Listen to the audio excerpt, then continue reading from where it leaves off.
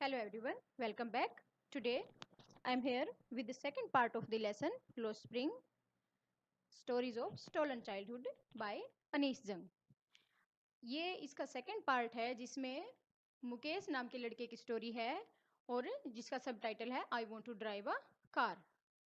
वो मुकेश एक motor mechanic बनना चाहता है, कार ड्राइव करना चाहता है और इस पार्ट में हम मुकेश की स्टोरी पढ़ेंगे। इसके फर्स्ट पार्ट इसका हमने पिछली वीडियो में कर लिया था, जिसका लिंक आप डिस्क्रिप्शन बॉक्स में देख सकते हैं और वहाँ से आप फर्स्ट पार्ट देख सकते हैं, जिससे ये बिल्कुल क्लियर हो जाएगा। अब ये जो स्टोरी है इसमें इसकी भी लिविंग कंडीशंस बच्चों की बिल्कुल सीमापुरी की तरह ही है। यहाँ फिरोजाबाद की बात हो रही है और वहाँ सीमापुरी की बात हो रही थी। तो सीमापुरी की बात किस में हो रही थी? जब साहिब आलम की स्टोरी हमने पढ़ी है फर्स्ट पार्ट में, और ये सेकंड पार्ट यहाँ हम मुकेश की स्टोरी पढ़ेंगे, जो कि एक बैंगल मेकर है, बैंगल मेकर की फैमिली में पैदा हुआ है और ये उनके लिए कर्स बन गया है, एक अभिशाप बन गया है बैंगल मेकिंग की फैमिली में पैदा होना। अब आपका ही जो लेसन है इसमें से मैं आपसे एक क्वेश्चन पूछ रही हूँ, इसी लेसन में से, जिसका आंसर आप मुझे डिस्क्रिप्शन कमेंट बॉक्स में जरूर दीजिए कि फिरोजाबाद है, इस लेसन में फिरोजाबाद की बात हो रही है, फिरोजाबाद इंडिया में कौन से स्टेट में है। ठीक है, अब हम अपना लेसन स्टार्ट करते हैं। अब इसमें टू पार्ट्स में डिवाइड है ये लेसन। इसके दो पार्ट में, एक तो है साहिब और दूसरा है मुकेश। तो साहिब जो है उसने उसके पार्ट का टाइटल है समटाइम्स आई फाइंड अ रूपी इन द गार्बेज, और जो मुकेश का पार्ट है जो हम इसकी सेकंड वीडियो में करेंगे, I want to drive a car, और आज मैं इसका फर्स्ट पार्ट करवा रही हूँ। अब हम लेसन की थीम देख लेते हैं। इसमें थीम भी है ये, और एक ये जस्टिफाई द टाइटल अगर आ जाता है तो वो भी है। अब इसमें जो थीम है लेसन की, लेसन का टाइटल देखो पहले। लेसन का टाइटल है लोस्ट स्प्रिंग।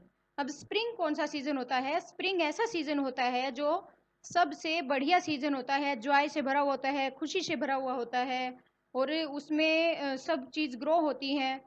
पर ये क्या है, फ्लावरी होती हैं सब चीज़ें, एंजॉयमेंट होती है, नेचुरल ब्यूटी होती है। पर इसमें जो ह्यूमन लाइफ है, इसमें स्प्रिंग सीजन कौन सा होता है? चाइल्डहुड का सीजन। चाइल्डहुड जिसमें बच्चे एंजॉय करते हैं, उनको कोई चिंता नहीं होती, कोई वरी नहीं होती, कोई दुख नहीं होता, और वो बहुत खुशी से रहते हैं। पर यहाँ जो बच्चे हैं, जो यहाँ डिस्क्राइब किए हैं ऑथर ने, वो बच्चे इस खुशी से महरूम है, इस प्लेजर से, इस नेचुरल ब्यूटी से, इन सब से बिल्कुल कोसों दूर हैं, और वो इसके बारे में सोच भी नहीं पाते।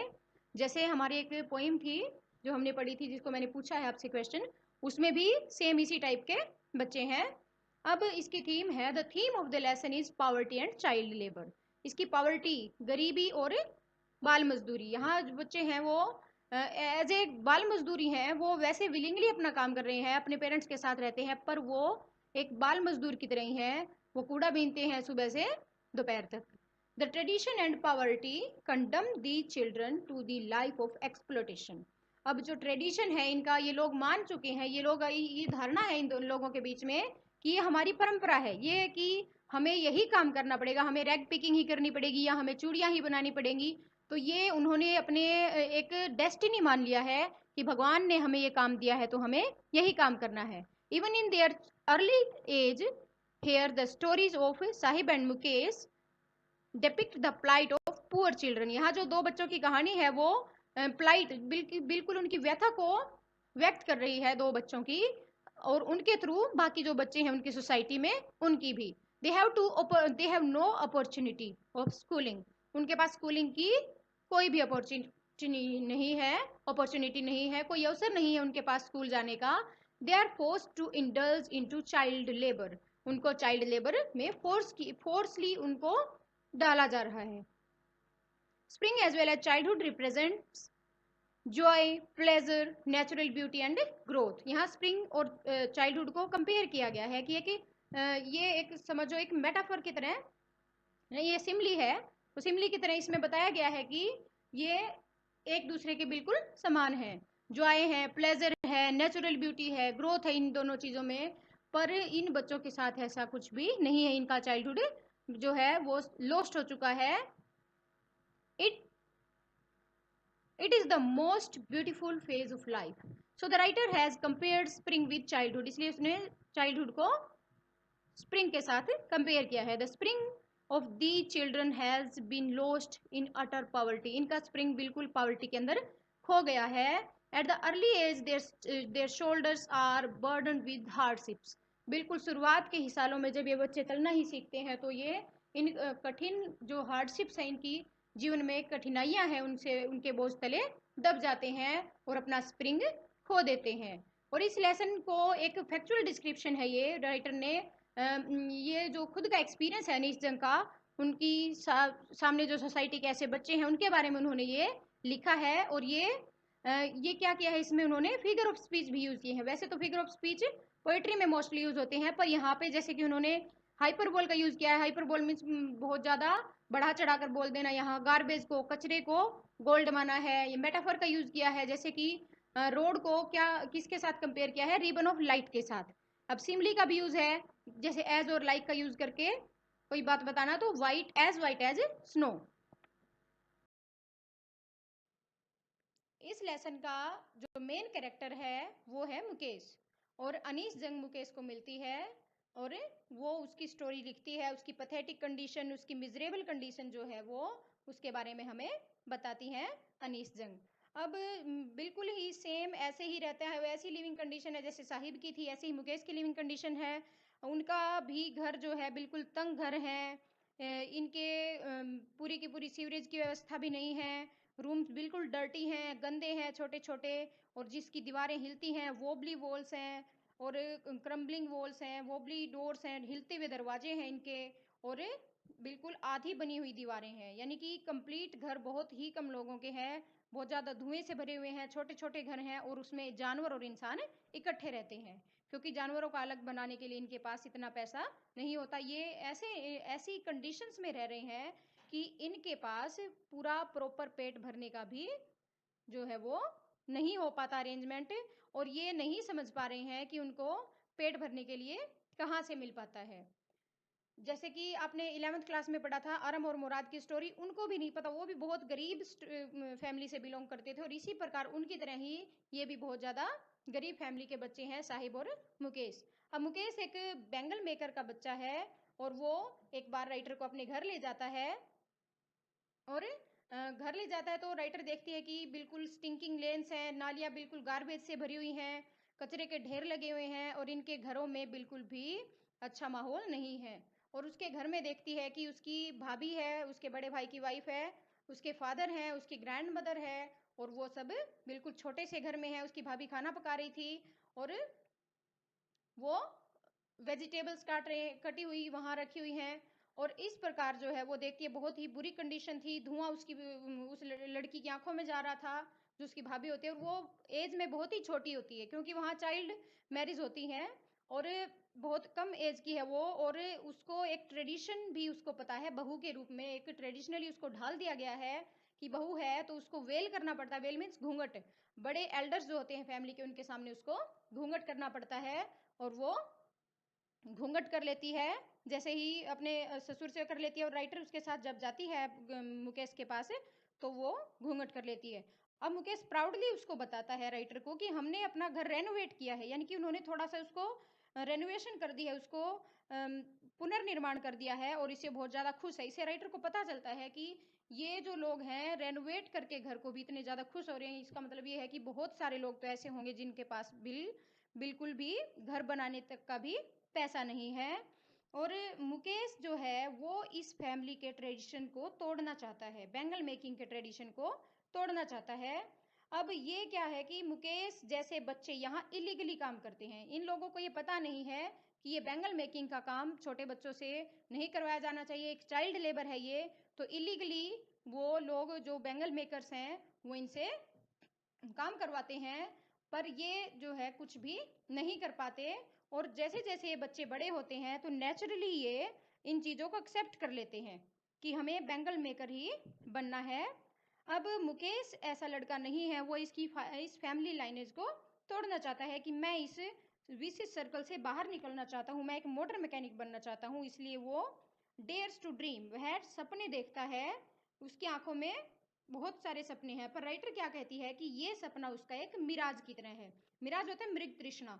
जैसे कि मृग तृष्णा भी दो प्रकार की होती है। जैसे कि मृग को उसके अंदर से बहुत ज़्यादा खुशबू आती है और वो उसको ढूंढती फिरती है, पर उसको वो खुशबू नहीं मिलती, वो खुशबू होती उसकी नाभि में ही है। और दूसरा मृग तृष्णा हो सकती है कि जैसे हम जैसे कि मरुस्थल है, वहाँ मरुस्थल में दूर हमें एक पौंड नजर आता है कि वहाँ बहुत बड़ा पौंड है, उसमें पानी है। तो इसी प्रकार सड़क पे भी ऐसे ही नजर आता है कि बहुत दूर सड़क पे हम जब जाते हैं तो देखते हैं कि सामने ऐसे लगता है जैसे पानी का गड्ढा हो, पर वहाँ कुछ नहीं होता। तो ये होती है मिराज। तो ये राइटर उसको बोलती है कि मिराज के समान है और ये कभी भी मुझे नहीं लगता कि ये पूरी हो सकती है। तो ये फिरोजाबाद की पैथेटिक कंडीशन बता रहे हैं। यहाँ लोग अपने 20,000 बच्चों से इलीगली काम करवा रहे हैं कि ताकि उनको कुछ पैसा मिल जाए, पढ़ने के लिए स्कूल नहीं भेज पाते।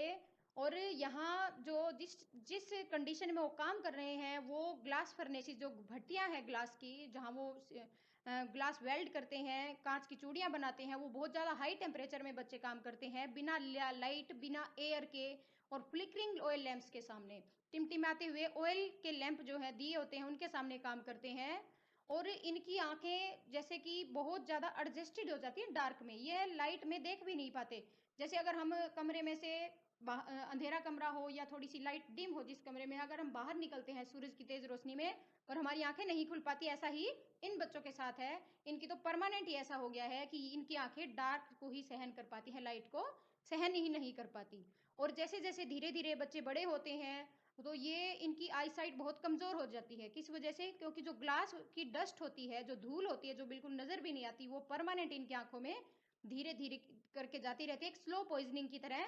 और वो इनकी आंखें जैसे जैसे अडल्ट होते हैं उससे पहले ही बहुत सारे बच्चे अंधे हो जाते हैं।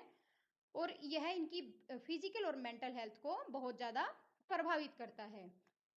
अब इसी प्रकार जो है ग्रैंड मदर मुकेश की, वो बताती है ऑथर को कि उसने अपने हस्बैंड को अंधा होते हुए देखा है, कि इतने सालों से वो काम करता करता आ रहा था बेंगल इंडस्ट्रीज में और उसके कारण वो अंधे हो गए हैं।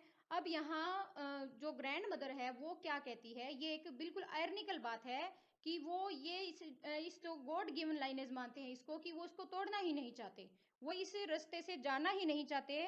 और इनकी भी कोई गलती नहीं है, इनके पास और कोई स्किल भी नहीं है बेंगल मेकिंग के अलावा। और मुकेश की दादी तो ये कहती है कि ये हमारी डेस्टिनी है, ये हमारा कर्म है, भगवान ने हमें ये जो है दे दी है लाइनेज, तो हम इसको तोड़ नहीं सकते। Can a god given lineage ever be broken? यानी कि वो कहते हैं कि भगवान ने हमें बेंगल मेकिंग के लिए ही बनाया है, हमें बेंगल मेकिंग के लिए धरती पर भेजा है और हम इसको बिल्कुल भी ब्रेक नहीं कर सकते। और इसके बाद एक लड़की की बात होती है, जो यंग लड़की है सविता। यहाँ सविता नाम की जो लड़की है वो एक एल्डरली वीमेन के साथ बैठकर बैंगल्स बना रही है, उनको जोड़ रही हैं चूड़ियों को। और उसके हाथ इतनी इतनी मैकेनिकली मूव हो रहे हैं जैसे कि एक मशीन हो, क्योंकि वो बिल्कुल यंग एज से, बिल्कुल जब वो छोटी बच्ची थी तब से ही वो बैंगल मेकिंग के काम में हाथ बटाती है इनका। और ये छोटे छोटे बच्चे जब से बिल्कुल चलना सीखते हैं तब से ही ये काम शुरू कर देते हैं। और धीरे धीरे करके ये इस बिजनेस को इतना नेचुरली अपने अंदर इनहेरिट कर लेते हैं जैसे कि इनका नेचुरल काम हो, इससे वो अलग होना ही नहीं चाहते। अब ये जो लड़की सविता है, ये सविता बैंगल्स बना रही है, शोल्डरिंग कर रही है ग्लास को, उनको जोड़ रही है आपस में।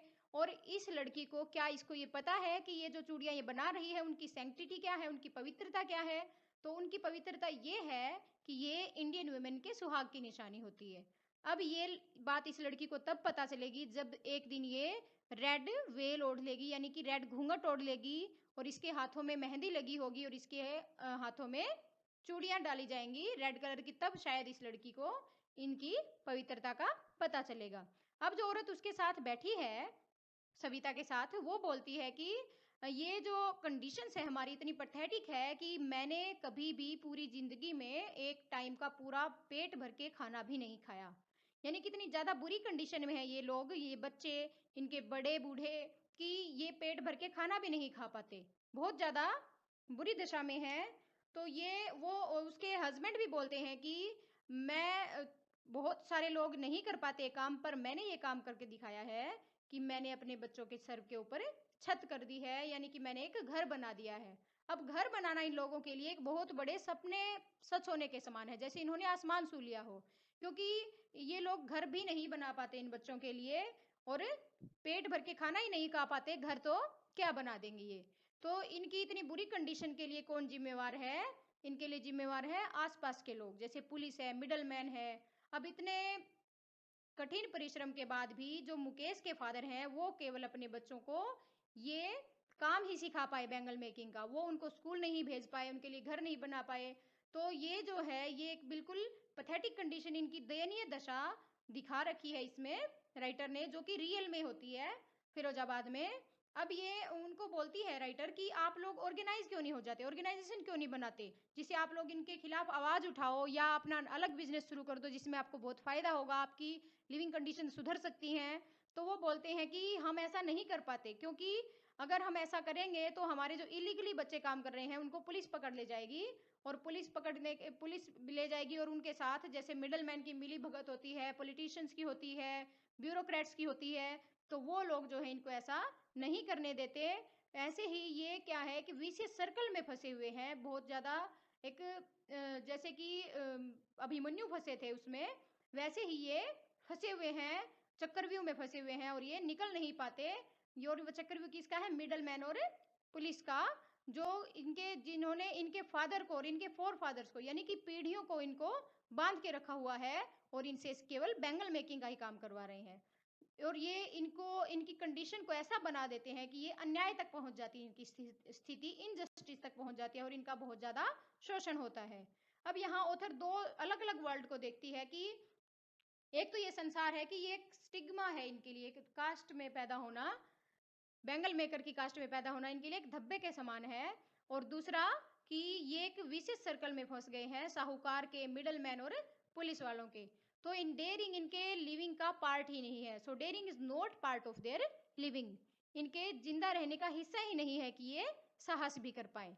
परंतु मुकेश इस लाइनेज को तोड़ना चाहता है। मुकेश चाहता है कि मैं इस बैंगल मेकिंग के बिजनेस में नहीं आना चाहता, मैं इस लाइन को छोड़कर अलग जाना चाहता हूँ, मैं इस फैमिली ट्रेडिशन को छोड़कर एक मोटर मैकेनिक बनना चाहता हूँ। तो जब राइटर को ये बात बताता है तो राइटर से उनसे पूछती है कि तुम मोटर मैकेनिक बनने के लिए तुम्हें यहाँ तो आसपास गैराज ही नहीं है। तो बोलता है कि मैं बहुत मीलों तक चलकर पैदल चलकर चला जाऊँगा और वहाँ मैं एक गैराज में सीख लूँगा। और वो बोलता है कि मैं कार भी ड्राइव करना चाहता हूँ। तो राइटर उसको बोलते हैं कि क्या तुम एरोप्लेन भी उड़ाओगे? तो वो शर्मा जाता है, परंतु ये शर्म उसकी रेग्रेट में नहीं बदली थी। रेग्रेट होती है खेद, यानी कि रेग्रेट में क्यों नहीं बदली थी? क्योंकि अभी तक उसके आंखों में सपने हैं, वो सपने देख रहा है, वो उसने साहिब की तरह अपने सपनों को मारा नहीं है। तो वो सपने देख रहा है कि वो एक मोटर मैकेनिक एक दिन बन के दिखाएगा और इस बैंगल मेकिंग के बिजनेस से निकल के दिखाएगा, अपनी अपनी इच्छाएं वो जाहिर करता है। तो जो मुकेश की जो डिजायर है to break the family tradition seems a ray of hope in the life of these people. जैसे मुकेश अगर सपना देखता है वो कुछ कर लेगा तो और बच्चे भी सपना देख लेंगे और वो भी कुछ कर सकते हैं। तो ये था सेकंड पार्ट। फर्स्ट पार्ट के लिए आप डिस्क्रिप्शन बॉक्स में से लिंक देख सकते हैं और वहाँ से आपको फर्स्ट पार्ट का लिंक मिल जाएगा। Thanks for watching. और इस प्रकार की वीडियो देखने के लिए सब्सक्राइब कीजिए ऑनलाइन क्लास को, लाइक कीजिए, कमेंट कीजिए। Stay healthy, stay happy. Thank you.